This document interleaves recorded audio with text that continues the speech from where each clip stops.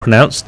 He was the undercard fighter for the last time Joshua played. You remember that tall guy got knocked out the fight? Yeah. He's the one who knocked him out. Ah, okay. So this was he 38 or 39? So it was one of his last opportunity, maybe his first and last opportunity for that weight, and he did well. I don't know if we can say we learned more about Joshua or the boxer that Povetkin, I can't pronounce it, but him, more about him. Like, you know what, he was no one really heard much of him, or probably in the boxing world people probably did, but from my point of view, armchair supporters didn't really know much about him. Came out, almost knocked Joshua off his feet in the first round. Gave him a bloody nose. I think we had a call coming through. Kasim, I don't know what that was, Kasim. All I heard was bass in my earphones. But if again, that was a lot of bass in my earphones. You might have to come into the studio, Kasim, and tell me what you're trying to say. Cause give us a wave, Kasim. Give us a wave. Exactly. But now, if you were trying to call in, please do try calling in again and talk about the boxing. But yeah, you're right. So Povetkin gave him a bloody nose earlier, first round. Gave Joshua a bloody nose first round. Oh, yeah, I don't know if he broke his nose at the end. Okay. But yeah, and he stumbled. Joshua looked like he was about to fall. Yeah. And he was doing, Joshua was, I think later he realised, I don't know if it was his plan before, but because he was much taller, Joshua was, he actually started crouching down, come to his level, because it was these hooks that were actually giving Joshua trouble. Was it overhand right? Yeah, overhand right. So when he got close, he was like a combination of over and lower hand uppercuts sort of thing, and it was troubling Joshua. Hello, is anybody on the phone? No, we've got this.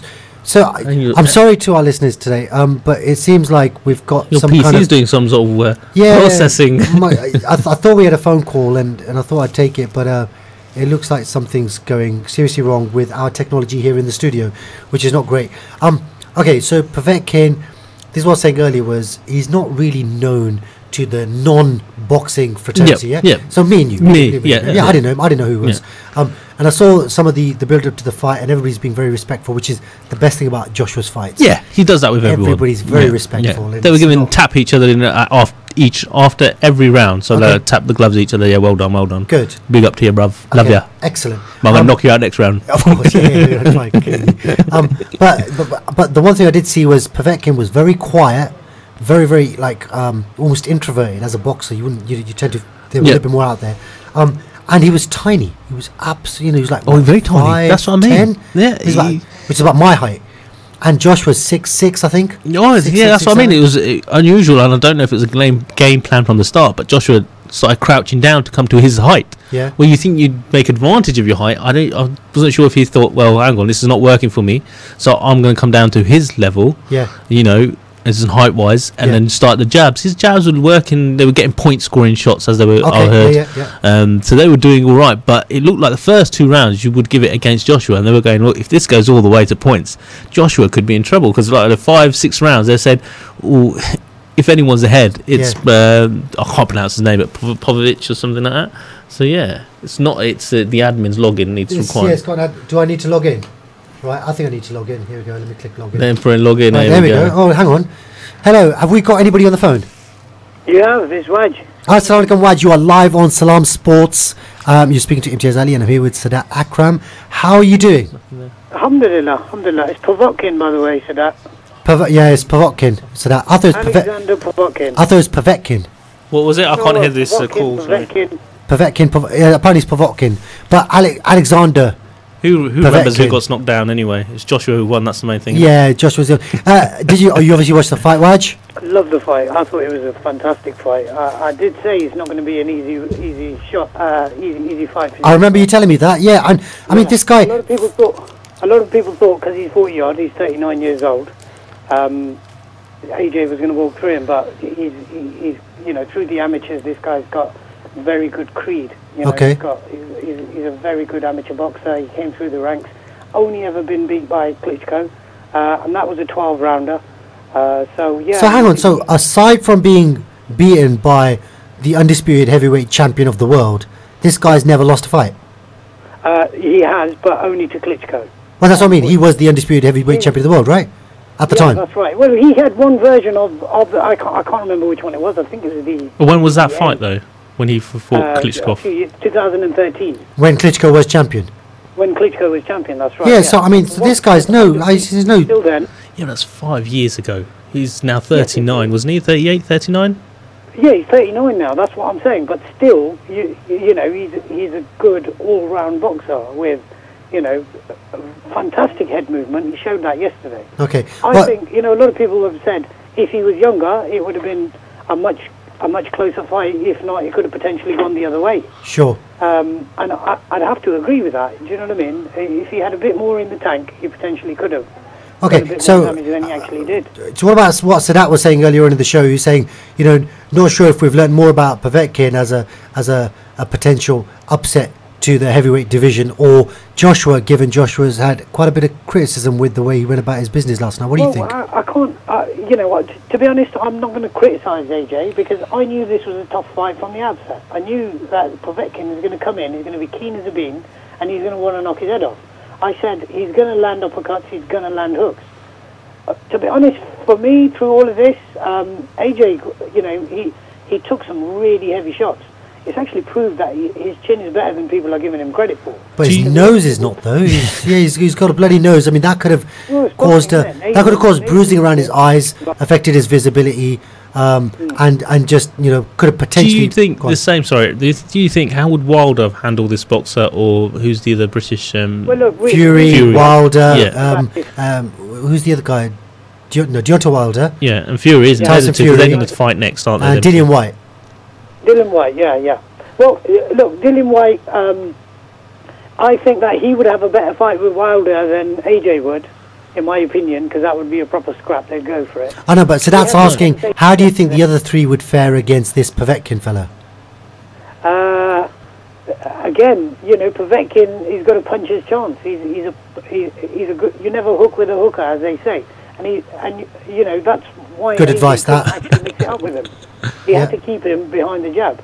So this is the thing. I think he's going to shock a lot of people. If he continues to fight, he's still going to be shocking a lot of people along the way. Povetkin is by no means you know, out of the picture. Okay, and what about Wilder Fury? What's up with that? 1st of December it's been announced for in Vegas. Only yesterday, on the same day that AJ was fighting, Frank Warren decided to announce that they're fighting on the 1st of December. But Fury's not ready, is he? Is he really ready to take... We'll see. He's not going to say no, though, is he? In my opinion, he probably needed 2 more tune-up fights. That's my opinion. Yeah, that's what me and Sadat was saying earlier. Yeah, I would agree. A couple more tune-up fights would have been good for Tyson Fury, just to get those rounds in the bag.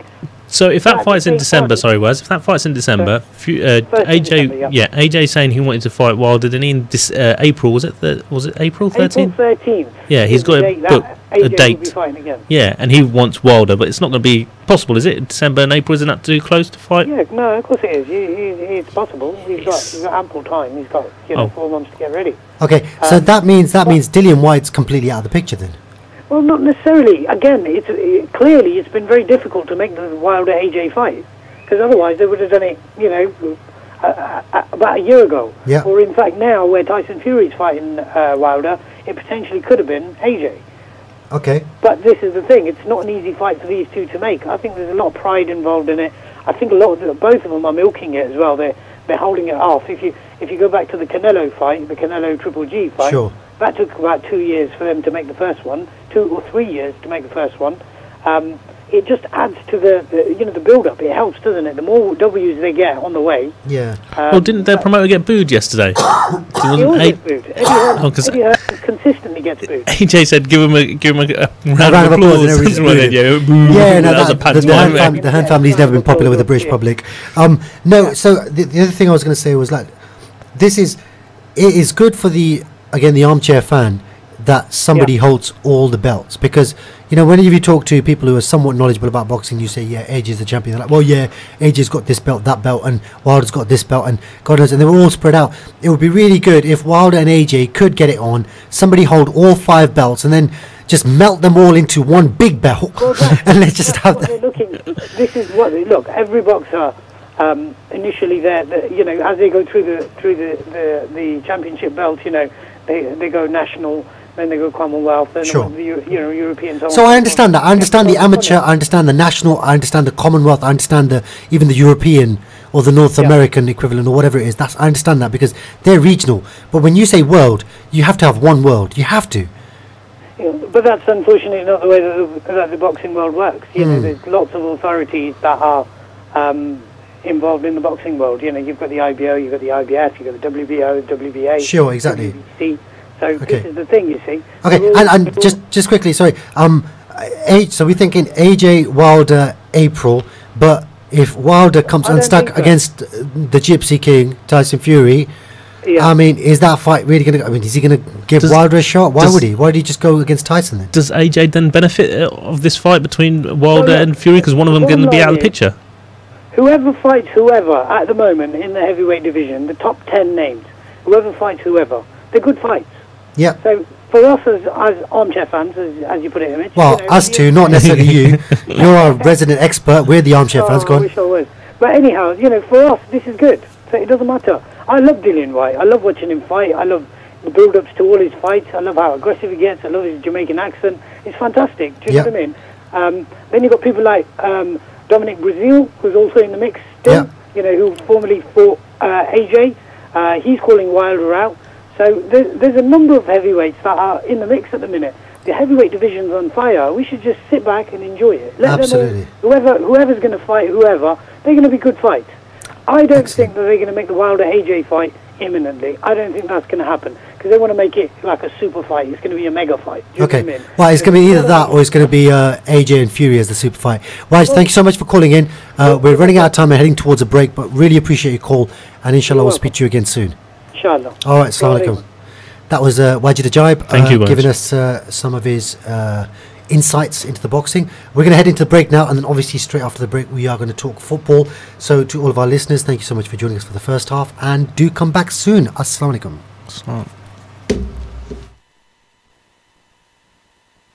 Stay tuned to Salaam Radio after this short ad break. 1 in every 10 people live without access to safe, clean water. Let's give them a better choice than drinking either dirty water or no water at all. Together, we can turn this desperate situation around by delivering safe water solutions to the world's poorest people. Call 0161 225 0225 or visit humanappeal.org.uk. The Lantern Initiative presents Peace of Mind, a screening of short mental health documentaries and talks at the Key Theatre in Peterborough. Hear from Mayera Khan from the Muslim Counsellor and Psychotherapist Network as she talks about cross-cultural conflict, Sunday the 30th of September at the Key Theatre, Embankment Road, Peterborough, 6 to 7:30 p.m. Tickets are only £5 and available via Eventbrite, suitable for all over 16 years of age. For inquiries or for direct bookings, please email The Lantern Initiative at outlook.com or call Sephora Horton on 07 821 574475. Third world and developing countries are home to some of the most vulnerable children on the planet. Malnutrition, severe lack of medical aid and access to clean water are just some of the horrific challenges faced by orphans across Africa and Asia. Children of Adam, a Peterborough charity, need your help to bring aid to these orphans for just £25 a month. To sponsor an orphan or assist with other projects, please call 0300 321 0032 or visit www.childrenofadam.net. Need a great place to chill out? Look no further than The Lounge for quality food and drinks at a great price. Try our varied menu: pasta, seafood, burgers, grills, salad, soup, rice and sides. Also hot and cold drinks, milkshakes and mocktails. Leave room for our exquisite desserts. The Lounge, 417 Lincoln Road, Peterborough. Call 01733 709 306 to order for delivery. The Lounge, friendly service with a great atmosphere. Al Murad Tiles. With over 70 stores nationwide, we are now open in Peterborough. Up to 50% discount offers now on. Largest selection of tiles. Full bathroom suites from only £189. Paint, LED lighting, laminate flooring from only £7.99. Over 1,000 designs of wallpaper in stock. We have everything you need. Come and visit us at 193 Fengate, Peterborough, PE1 5BH, or call us on 01733 34 58 47. Al Murad Tiles, now open.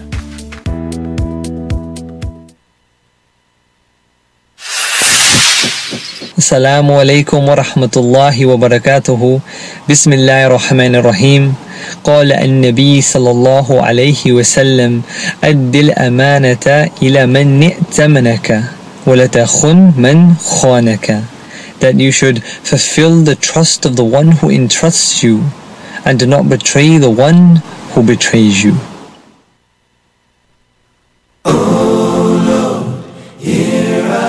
If you want to learn about Islam and Muslims, stay tuned to Salaam Radio 106.2 FM. Assalamu alaikum and welcome back to Salaam Sports here live on Salaam Radio. Need to read out a few things. Go on. With you 24 hours a day, 365 days a year. This is Salaam Radio. I must have missed the stop button. Apologies for that, guys. Assalamu alaikum and welcome back to Salaam Sports here on Salaam Radio 106.2 FM and Inspire FM 105.1. I'm here with Sadat and we've got to read some stuff out, Sadat. Go for it. Yeah, Bidyan's back. Bidyan's back? Yeah. Bidan, the number one fan of this show. Number one fan of Imtihan. Let's Imtihan. Keeps calling you Imtihan. Who's Imtihan? It's a test. Okay. So welcome back, Bidyan. He's saying hi, and Mohammed Munir is watching. Oh, Mohammed Munir is watching. He's saying Imtihan, where is everyone returning from break? Cool. Right, we are back after the break, and we are talking about football. We are talking about the Premier League, and we're talking about the UEFA Champions League. So big. Let's just take a moment. Let's just take a moment to laugh at Man City. Manchester City. What is up with that? I mean, I know Lyon. Don't get me wrong. Lyon's a good team. They're a good team. Yeah, they are a good team. But let's say it was the biggest upset, wasn't it? In the it was huge. It was massive. I mean, this team. Apparently, Guardiola can do no wrong. And he's created the best team ever created. People are comparing this Man City team with his team, his Barcelona team that won everything. And I think that's a bit much, don't you? Yeah, I think it is, but it did help me, to be honest, with the coaching and training on the under-10s on Thursday. Yeah. Because we had the team who thought they were a bit weaker than the other team. He said, we're not going to win, coach, they're stronger. And I said, what if Lyon thought that they would have beat City? He goes, who's Lyon? Well, exactly. Lyon's the team that beat Man City. Yeah. So that was a big shock, right? Yep. So who else is in that group? What was the score of the other one? I don't remember, if anyone remembers. Let us know what happened in the other group. The other match in that group. So City will be at bottom, I would assume. Clearly, yeah. 2-1. Yeah, or maybe a goal difference. And is this make a difference because the coach was obviously banned from the stadium, I believe, was he now? Yeah. He wasn't there. He certainly had a touchline ban. I don't know if he had a stadium ban. Oh, is it? Well, he wasn't allowed any contact with the players, so he might be in the stadium, but he wasn't allowed any contact with the players. So I think even at half time he couldn't go in and talk to them. Oh, right, okay. So I don't know if that, but is that? And Mikel Arteta took over. Is it Arteta took over? I didn't see the game, but I obviously saw the results. So Arteta, coach makes a big difference, doesn't it? It clearly does, yeah. So maybe the players rely on him too long. Maybe like Mourinho said, I had to talk to Luke Shaw down that line every time. It's because my brain, it was his legs and my brain. Maybe with City, it's all his brain and their legs. Yeah, exactly. But I mean, the big result, the other big, I wouldn't say shock, but the other big result for the English team was Tottenham's defeat to Inter Milan. They were in control. They were in control of that game all the way to the 83rd minute or wwhatever it was. Yeah, Icardi scored a stunning goal. Yeah, and then there was a reaction from the coach afterwards with the press, wasn't there? There was a question asked at why he left. I can't remember, Trippier, I think was it, and somebody else who left out of the team. Yeah. And he goes, "Why are you disrespecting the players that I picked?" And to be honest, he's not one that loses it, but he obviously had a bit of a rant. I think we've got a phone call. I can't. So apologies. Oh, you just got your picture on the screen. I just like looking at myself on the screen. Oh. So let's see who's on the call. Hello, you're on Salaam Sports Live. Who am I speaking to? You're speaking to the one and only Bidan Ganguly. Bidan Ganguly, hey, nice one. Thank you for calling in. What's going on? Are you right? Yeah, I'm good. I just finished watching the Chelsea versus West Ham game. What was the score? It was 0-0. So, I mean, a bit of a sluggish performance from Chelsea. I think it's that Europa League hangover. But yeah, they did have a Thursday game, didn't they? So that's Liverpool on top then, the Premier League? Yeah, Liverpool top by 2 points now. I mean, both sides had chances. Like West Ham, Yarmolenko missed an absolute sitter, though I think he might have been flagged offside, but still he missed a very easy chance. And Mikel Antonio missed a really, like from 6 yards out, he just hit it straight at the goalkeeper. So, oh dear. We saw a few of those. We were watching our under-13s before we came to the show, and our under-13 striker went through. One he dragged wide from 7 yards. How do you drag it wide from 7 yards? And the other one he kicked straight at the goalkeeper. So we know what you're talking about in terms of poor finishing. But Chelsea then, I mean, that's a chance missed, right? They'd have fancied the chances. West Ham's not had the best of starts to the season. Well, everyone's saying that they expect sort of Chelsea to fall away, and because they've got a suspect defence. I mean, yeah, you've got David Luiz at the centre of the defence, and it's, you know, you're always likely to. He's always like to go AWOL at some point, but I don't know. I mean, their new goalkeeper looks handy though, doesn't he? Kepa Kabor. Is he the most expensive keeper? I've not seen that much of him, to be honest with you. I've not seen him pull out any worldies. I mean, Chelsea have looked comfortable in all of their games, I would say, but I think, you know, dropping points or draws almost like a defeat nowadays in the modern day Premier League. I think that the modern day Premier League. Well, it's a draw away. It's a local derby, London clubs. Yeah. It's not, as long as they're there and thereabouts, as they say. That's another cliche. We have too many cliches on the show. No, I mean, Chelsea are level with Man City. I mean, that's, if you look at it that way, Man City won the league quite easily last season. Chelsea are level with them after 6 games played, 7 games played, whatever it is. Yeah. I mean, look, you don't really take notice of the league until around about Christmas time, after Christmas. But I think, obviously it's worrying United at the minute. I think that I think we'll pick up points later on, but obviously you can't really see. You can't sort of win a title in sort of September. That's the old saying, isn't it? Yeah, you don't win the league in September, but you can certainly lose it. Yeah, exactly. That's what they say. So. Okay, so I mean, you're a Manchester United fan, so that you're a Manchester United fan. So I think you two should have a little chat about what happened yesterday. I mean, before we jump into it, Wolves are a good team. Yes, I know they're newly promoted. Yep. But Bidan, I think you might remember we spoke about this over the summer, didn't we? About some of the signings they'd made with Patricio and Moutinho and their manager knows what he's doing. He's been around the block. So took the points off City. Wolves at home. It took 2 points off City as well. Yeah, they did. I mean, for me. Yeah, Wolves are a good team, but the manner in which we lost the goal that they scored was not great. I mean, with Pogba sort of doing his drag back tricks. he just, I don't know why he does it. I think he just tries to give the sort of the impression that he's super. He just wants to give some material to the guys that make the YouTube compilations, if you get what I mean. That's brilliant. He wants to drag it, he wants to hold on to it. His favourite is to just put his hand on the chest of a defender and start rolling it under his foot and then try and wriggle his way out. There's a time and a place to do that. When you're only 1-0 up is not the time to do that. What about to be fair to Pogba, it was a great touch for the setup for Fred's goal. That's exactly what I was going to say. That was the time and the place. I'm not falling into that trap. Are you not? Falling into that trap? No. Okay, so I watched that on super slow-mo yesterday, and it got better and better and better, and any player would be proud of sliding that kind of ball in for a goal. Oh, yeah. We all know that he's got talent, that he's got, there's things that he can do that are very easy on the eye, let's say, but in terms of, look, was it Jurgen, no, it's Graham Souness, Pogba's biggest fan, said, out of Milner and Pogba, you'd take Milner every day because he's there, putting in his shit, covering every blade of grass. I'm not saying that I would take Milner at Old Trafford. I probably wouldn't, to be honest with you. Yeah. Or I wouldn't say that Milner would star in the, or play a part in a France World Cup winning side. But, But isn't Pogba doing what Pogba does? And it's just players around him are just not probably supporting or helping as much. I think Pogba's he's like we said. I think I've always said Pogba would be good in a team that's going to win without him. So obviously, when he's at Juventus and he's got Marchisio, Vidal, and Pirlo alongside him, not a bad three. Any two of those three would win a game on their own, 10 men. Yeah, you get what I mean? And Pogba's just there to sort of put a bit of the icing on the cake. I mean, it might be a bit unfair to go to those extremes, but that's what I feel. I felt like the France team, there's a structure there. It was settled. Obviously, they were. Yeah, I mean, they're three centre midfielders. I mean, they've got. That's what I mean. I think there's just too much reliance on Pogba at United. There's nothing. Okay, there was a Matic, who's been suspended, who was missing. Yeah. He helped out quite a bit. Matic is huge for United. Yeah, there's no doubt about that. Fellaini, he seems to be just sitting in the back four now. And at that time, when he did lose the ball from the goal, Fellaini was, I think, far up the field. And it was a time when United were actually pressing quite and looking like they would get the second without creating a chance. But just the pressure seemed like it was coming. What about Alexis Sanchez? I mean, he's been called out by a number of United fans on social media over the last couple of weeks. How do you guys feel about that? I mean, when you finally signed him, I'm not trying to rub salt in the wound. I knew I would do it if Arif was here, but he's not here. So I'm not trying to rub salt into the wound. But, you know, the fanfare that Sanchez got when he was signed, like we got one over City, we got one of the best players in the world.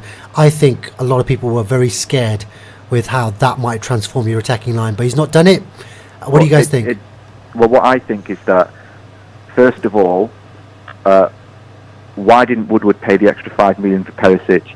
And you saw Perisic as one of the best players at the World Cup. It's almost as though, and like this is a bit of a theory doing the rounds. It might be a bit of a crackpot theory, but Sanchez, it's putting one over City, it's selling shirts, right? Perisic is not that, if you get what I mean. Yeah, so absolutely, yeah. You have to question the motives of the players that we signed. Pogba, it's putting one over City, though I do think that Mourinho did want Pogba when he was at Chelsea, but we've got to, you know, question, like, why are we signing the players that we are? You pay that extra $5 million for Perisic, we would have run City a lot closer last season, I think. With Sanchez... I agree. I think he was sensational. Perisic is an incredible player. So with Sanchez, you know, and also like this whole Woodward versus Mourinho, who do we sign and all of that, you know, Alderweireld is a great case in point. You know, he didn't go for him, and we've looked defensively suspect, and it just, you know, just goes back to this thing about, okay, we signed Sanchez, whose decision was it to sign Sanchez? And you know, he just looks a bit shocked to me. He looks a bit lost. He really does, and it's not like he's not been given a chance, right? He's been after the purchase. When you find a player like Sanchez, he's a big player. He's a great, huge player, and you would say, will bring something to any team, would he not? Yeah, well, he looked like one of the best players in the world when he was on form at Arsenal.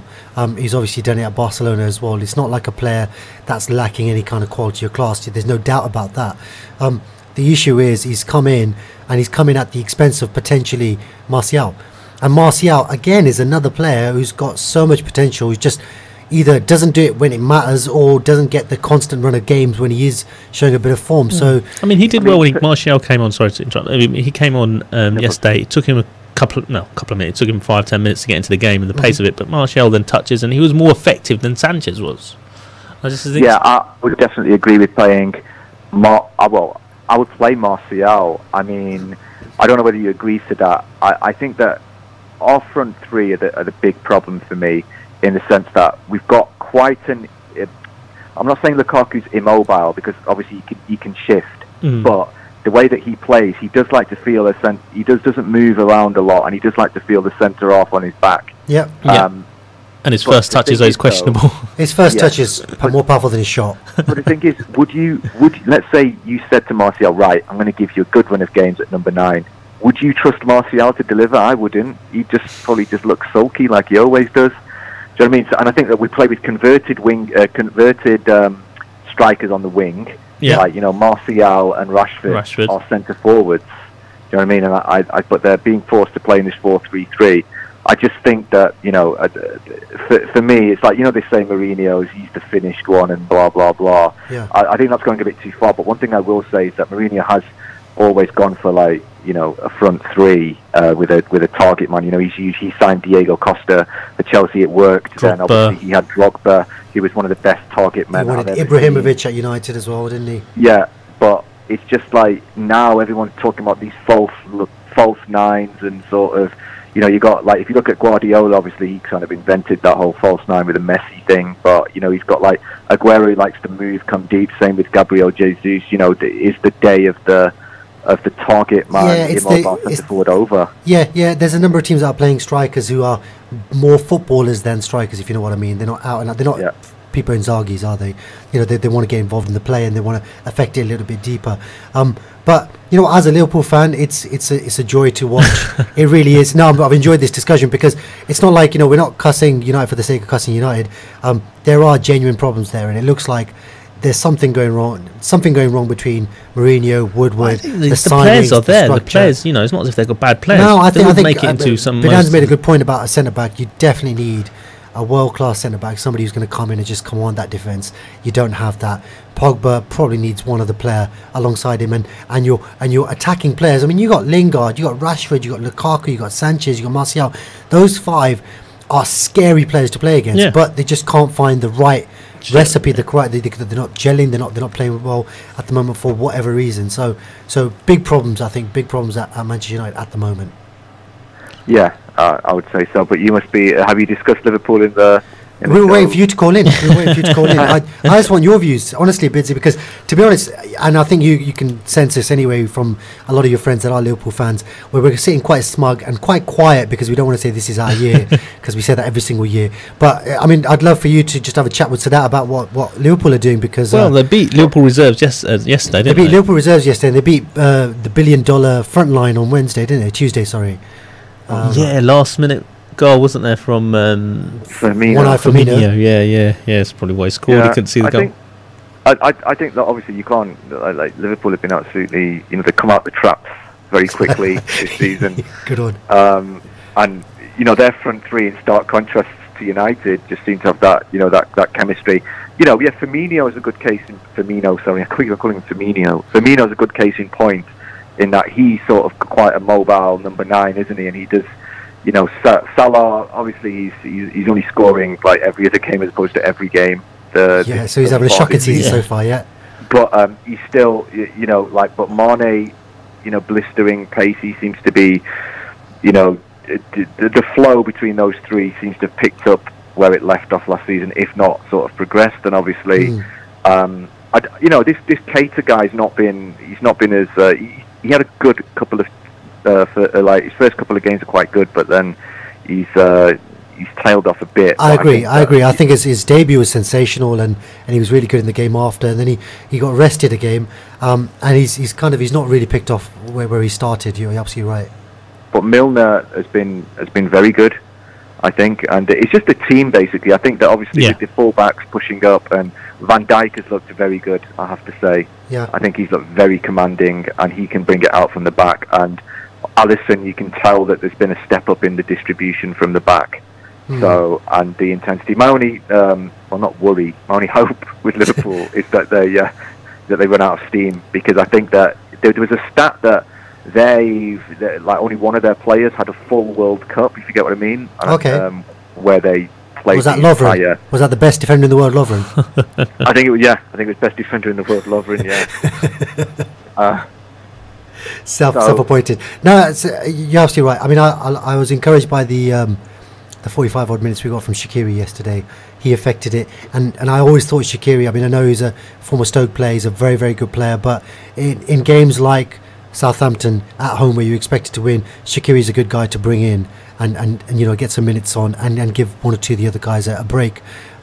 So that was encouraging, and obviously we've got Wijnaldum playing well. We've got Hendo's come back in now, Hardman Hendo. And at the back we had Van Dijk and Gomez. You know, yesterday we had Matip. Van Dijk went off. You know, Lovren's going to come back in. It's looking very, very settled, and to be honest, it can only go wrong from here. You know, I can't see us getting to Christmas like, you know. We'll see how Liverpool react, if they can do the ugly things, if they do lose a game here or there, and see how they react to there. I think that will be the big question, because they're going to lose a game sooner or later, and it's just to see how they react and who they lose it to. And go on, sorry. No, after you. Go for it. Yeah, I was just saying, look, like, you know, it's early days. I'm not getting worried just yet, because look, it's a long season, isn't it? And like, you know, Liverpool were 5 points clear with 3 games to go, and you know, and we know what happened. We let it slip, didn't we? We let it slip. Yeah, you let it slip. So someone threw a banana skin on the pitch. Yeah, I mean, it you know, it is shaping up. We know what the top 3 is going to be already, and I think Tottenham, United, Arsenal will be going for that final you know. Do you really think United will be struggling? Do you think United will make it near the fourth spot? Well, I was going to call that up. I mean, I think we're definitely saying City are in the top three. Yes. I'd like to say, and in my heart saying, and it's only what I've seen, Liverpool are going to be the top three. Yeah. I'd be surprised if they weren't. You're giving Chelsea the third place? Well, Chelsea Chelsea might get second or third. Yeah. Wow. Yeah, 100%. I mean, look at the way that they've started. I think that, look, it is sort of beginning to take shape. And I think that Sarri, he's not won anything ever, but I think that he does play, you know, he's got a good track record of getting his team into the Champions League. Yeah. And I think that he's got them playing where, look, they're at the stage where they'll beat the fodder at Stamford Bridge. They'll slay the odd top six side home and away. Sure. And that's all you need to get the top six. I mean, top four, like, you know, United. You know, we were just saying that, you know, we're losing to the likes of Brighton and not beating Wolves at home. And I think that, you know, we probably will get into a bit of a rhythm. Like, what's really unfortunate is that we had a run of 5 games where, apart from Chelsea away, they all looked winnable. And the first one was Wolves at home, and we drew that. So, you know, I think we've got like the likes of Everton, and we've got West Ham away. And, you know, so we've got to try and win all of those games to get fourth, basically. Yeah. But with Chelsea, I mean, Chelsea have got Liverpool coming up, they've got United coming up, they've got a few tough games coming up as well, and they've got the Europa League. So I wouldn't be surprised if they do drop off. I think City will continue. I mean, they won at Atalanta yesterday, didn't they? It was a piece of cake for them. Yeah, I mean, they looked awesome. Like, all of the goals looked really easy on the eye, and you know they're just winning. They're killing games off at half time, like the United team used to. The United sort of class of '92 used to do. Yeah. Just get the game won by half time and then just stroll for the second half. So yeah, you're right. I mean, like, Chelsea, Europa League will play a big factor for them, and whether they decide to try and win that competition or whether they're not too bothered, you know, it's going to play a part. But I would expect Chelsea to, you know, to get into that top four. Like Spurs, I think Spurs probably will fall away, to be honest with you, because they didn't sign any players in the summer. Yeah. And I think that will catch up with them. That will catch up with them, absolutely. Just before you go, can I just ask you quick comments on Burnley? Because we were getting a little bit worried about Burnley. Burnley were awesome until about April, towards the back end of last season. And they started really slowly, but great result for them yesterday. Got 3 points. Do you think they're going to be okay? Well, look, again, Europa League. I mean, they played in the they sort of played in the early stages, didn't they? I think they're out now, aren't they, of the Europa League? Are they out, or are they still in? I think so. There was no mention of them having played a game this week. So yeah, they definitely played. So that might help them. And I think that, you know, they looked, when they lost to United, they looked like they were sort of a bit hungover, and I think they might have been out to play a preliminary as well. Okay. So, you know, I think now that's out the way, they should be all right. I mean, look, Deitch is a manager, is a solid manager. I think he'll keep Burnley up. And yeah, they scored 4 yesterday, and Bournemouth weren't doing badly. And Bournemouth have been pretty good so far this season, so they got whooped. And we also say around this time of the season, who's the most likely manager to get sacked first? Do you have any thoughts on that, Sadat? Sadat usually has a name in his hat. Is it going to be Mark Hughes, Sulky Mark Hughes? Or for Southampton? Hopefully. Or is it going to be who's the West Ham manager? I reckon Cardiff manager. No, not Pellegrini. No, Pellegrini is coming. It's clicking for them now. I think that they've got some good players there. Yarmolenko looks a different class. Felipe Anderson looks really good. And I think that, you know, Arnautovic is doing well. I know you didn't play today, but I think West Ham will be good. Like, that's the thing. So I think that they're starting to find form, just as United are about to roll into town, which is annoying. But I think it would be harsh to sack any manager, really. I think the Cardiff manager will be the first one to go. Cardiff manager. What's his name? I forgot his name. I can picture him. Neil Warnock. Yeah, but he'll just get a job with someone else. He'll championship. He'll go back. He's one of those revolving door of managers that always helps teams trying to stay up. Claude Puel, good result yesterday for Leicester, but I mean, they were under a bit of pressure as well. Yeah, he's a good manager. I think, you know, I don't know why Southampton got rid of him. I think that they would have, they would be in a better position. They wouldn't have gone to the relegation mire last season if they'd have stayed with Claude Puel, but for some reason they just didn't like the football or something like that. But I think, and then they bring in Mark Hughes. I mean, how's that going to help? Yeah, I mean, like, look, no, as in look what he's done at Stoke. I mean, maybe Stoke, that was inbuilt into Stoke's identity, but Mark Hughes went over there. He didn't really change it, did he? He just more of the same from Mark Hughes in terms of what he's done there. So Southampton have Stoke got had one of the best seasons under Mark Hughes. and also one of the worst as well. Yeah, they've had a bit of a roller coaster with it. Bidan, we're heading towards the end of our show, so I want to thank you for calling in. Thank you for all your comments. And, no problem. But just one thing. Go for it. Did you see the Aston Villa volley goal yesterday? Oh my gosh, yes. That the replay from behind the goal, where you just see it, the way he sets the ball outside and it just nicks back in. So for Sadat's benefit, do you remember the two volleys in the World Cup? One from France and one from Spain, which started outside the post and came in and hit the post. This was like that, but it was top right corner. Wow. Yeah, and it was from about, what was it, 25 odd yards? They lost it, Villa, because he got booed off, didn't they, Steve Bruce? Yeah, 2-1 they lost, I think, in the end. But I think that goal was just out of this world. It was pretty delicious, wasn't it? It was insane. But nice one. Anyway, thank you so much, and hopefully we'll speak to you again soon. Thanks for the call. Cheers. Bye. That was Bidan Ganguly, resident caller, and support us well in the World Cup. Yeah, support us very well in the World Cup, and support us well on the show today. Anything else on the football that we need to cover? No, I think that covered it. Ronaldo got sent off, so he might not meet United. I don't know if it's a 3-match ban or a 1-match ban yet. I don't know if it's been announced. So let's talk a little bit about that. I mean, what did he do? He ran into somebody in the box. Yeah. He was running for space. I thought, I'm not the biggest Cristiano Ronaldo fan, but he was running into space with his eye on the ball and he ran into a defender. The defender fell down like he'd been shot, trying to get Ronaldo in trouble. And then Ronaldo looked and the ref blew, so Ronaldo got annoyed. They'd given a free kick when he wasn't even at fault. And he went over to the player and he grabbed him by the hair. Yeah. Now, it wasn't a violent tug. No. It was almost a playful, what are you doing, falling down like that, and kind of grabbed him. But you can't do that. You can't do that, no. So the ref was right to give him a red card? Yes, I think so. I think it's not one of the... It's a soft red card, but it's a red card, if you see what I mean. Well, I really hope lowest level of red card, so I think it should be a 1-match ban. I really hope he is available for the match against United, not just because I want him to play against United and terrorise them, but actually it'd be really nice for him to. For him, it'll be nice for the crowd. We're out of time, guys. Thank you so much for joining us. Thank you. Thank you very much again. It's been a pleasure, and inshallah we'll be back next week. Inshallah. Hopefully it's at 3. Assalamu alaikum.